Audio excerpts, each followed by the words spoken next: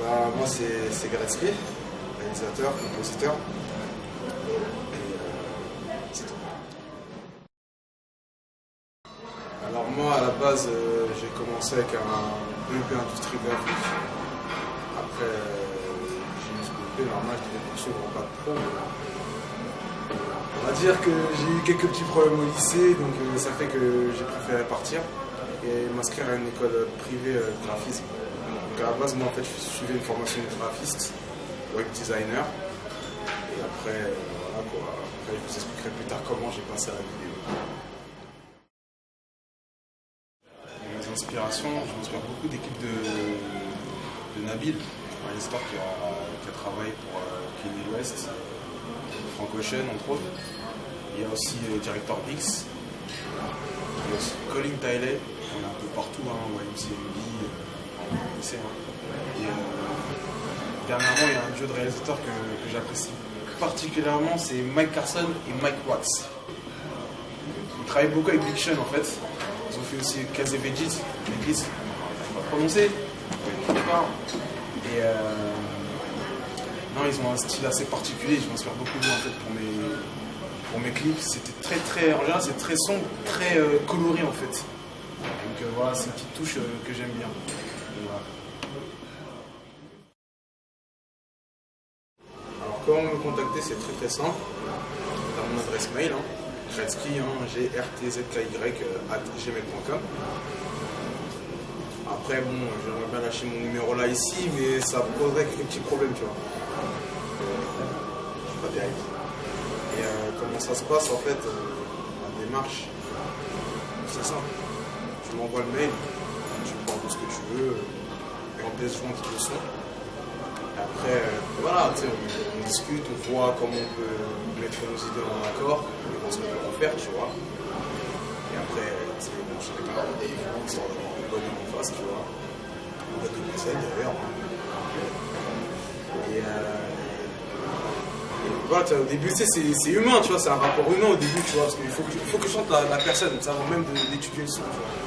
Parce que si le feeling il passe pas quand j'ai la personne en face de moi, tu vois, je pense pas que ça passera sur un plateau, tu vois. Donc, je discute.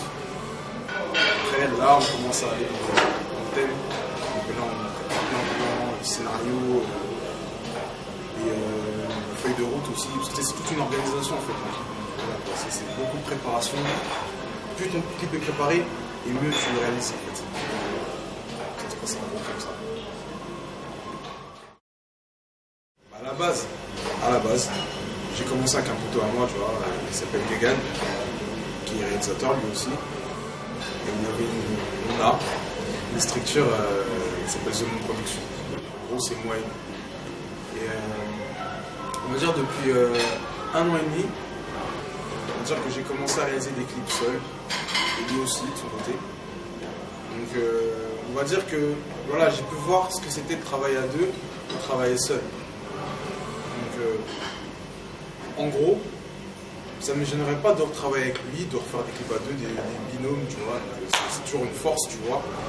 On va dire quand même j'ai une préférence à travailler seul, tu vois. Le solo c'est mieux parce que j'ai des bien précises dans la tête et tu vois, il n'y a pas d'autres idées qui viennent, qui convergent et tout. Donc, après, des fois ça peut créer des petits groupes, tu vois. Mais des fois pourquoi pas, tu vois. Des fois on peut être dans le même délire, tu vois. Donc après on y va tous les deux. Mais j'ai quand même préférence à travailler seul en fait. Alors pour commencer, en suivant un ordre chronologique. Chris Macari, en fait, j'ai rencontré grâce à un ami qui gérait une agence de modèles, en fait. À cette époque-là, en fait, il m'a parlé de Chris Macari, il m'a dit comme quoi, oui, il cherchait des réalisateurs à former. Vu que la personne en question qui représente Chris aimait bien mon travail, il m'a dit, si tu veux, on organise un rendez-vous et comme ça, tu pourras rencontrer, on va discuter et voir ce qui se passera ensuite. Et un jour, comme ça, se fait, je vois Chris et tout, et le feeling qui passe direct. Il faut dire quand même que cette personne, humainement, c'est un grand. J'ai un énorme respect pour lui. Et puis même, tu sais, c'est un ami, c'est un grand frère et tout. Donc le mec, il est là, tu vois. Humainement parlant, c'est une personne grandiose. Et ensuite, en ce qui concerne le 3010, ben, en fait, comment s'est fait la rencontre, la connexion? Je l'ai rencontré en fait sur la première fois en fait, je l'ai rencontré sur un tournage. Un tournage de KSA, membre de son groupe, à 3010 AGI. Donc en gros, ben, KSA, on se capte sur Twitter, il n'y a rien à la base, tu vois, on se parlait, tu vois, on délire, on passe et tout. Après, il me dit, ouais, vas-y, tu sais quoi, je vois que t'es réel, viens, j'ai besoin d'un clip et tout, comme ça, en même temps, tu vas rencontrer le monde de mon crew, tu vois, le 3010. Voilà, on se voit et tout, on tourne le clip, et je vois 3010. Et en lui montrant les rushs, il a vu tout de suite que, tu vois, il y avait un truc, tu vois. Et il m'a dit, bah, tu sais quoi, bah, j'ai envie de voir le taf final.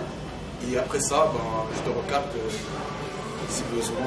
Et voilà, quoi, il a totalement validé, toute l'équipe a validé. Donc voilà, il a validé pour son clip. Et puis même là, tu sais, on est des bons amis et tout. Et puis voilà, pareil, hein, humainement, c'est quelque chose. Hein, voilà. Alors le déclic, c'est fait en regardant un clip de Lil Jon, Snap Your Fingers. Alors faut dire un truc, tu sais, j'en ai vu des clips avant ça, hein, des clips qui m'ont mis des gifs, des trucs incroyables, tu vois. Mais je sais pas pourquoi, ce clip m'a complètement retourné le cerveau. Autant dans le côté festif du son, mais aussi dans le fait que le mec il met des trucs d'épileptiques, tu sais, c'est contre les épileptiques, tu vois, c'est flashy, des images qui te font mal aux yeux, tu vois.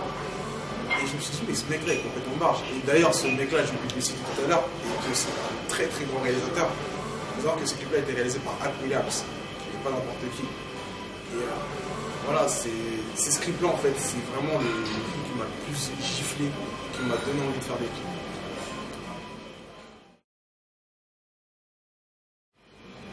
Il faut dire que ça dépend du clip, ça dépend du scénario, ça dépend de plein de choses. En général, mes clips ne dépassent pas un jour de tournage. Ça arrive comme en phase 2, ça arrive comme en phase 3, voire même 4. Mais en général, on tient tout en un seul jour. Pourquoi? Parce qu'en fait, déjà, ça arrange tout le monde. Parce qu'on connaît la vie d'artiste, il faut que ça aille vite et tout. Lui aussi, il a un calendrier à respecter. Et puis même, j'ai le mien aussi à respecter. Donc ça arrange tout le monde qu'on fasse ça plus vite. En même temps, sans bâcler le travail, bien sûr. Mais en général, on s'arrange pour que ça tienne en une journée. Après, la journée, ça peut très bien commencer à 5h du matin et terminer à 5h du matin. Tu vois ce que je veux dire? C'est intense en général. Après, voilà, les lieux, comme j'ai dit tout à l'heure, c'est toute une organisation, tu vois, c'est préparé à l'avance, tu vois, on a une feuille de route, tu vois, et puis ensuite, tu as marqué l'heure approximative où tu commences ton clip et l'heure à laquelle tu finis, tu vois. Il faut savoir un truc, c'est que jamais on a respecté une feuille de route, tu vois ce que je veux dire? C'est que tu as la feuille de route qui te dit, ouais, grosso modo, ça va se passer comme ça, mais ça ne se passe jamais comme ça. Parce qu'on commence toujours plus tard, on finit toujours plus tard, tu sais, c'est jamais ça. Mais au moins, tu vois, tu as une idée, tu vois. C'est genre, tu regardes, tu sais ce que tu dois faire. C'est organisé. Et c'est ça qui compte, en fait. Donc voilà, comme je dis, c'est beaucoup de préparation, et plus tu as de la prépa, et mieux ton coup, tu pourras assurer.